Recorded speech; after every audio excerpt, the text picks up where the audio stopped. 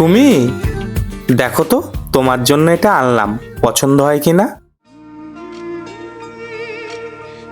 ও মা, চুড়িদার এটা তো খুব সুন্দর হয়েছে, কিন্তু এখন তো আমার বিয়ে হয়ে গেছে, এগুলো পরলে পাড়ার লোকে কি বলবে?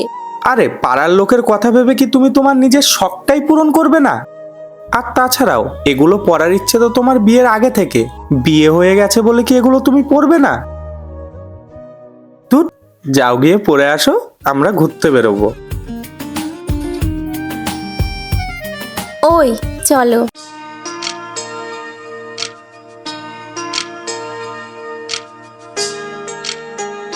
দেখো তো তোমায় কত মিষ্টি লাগছে।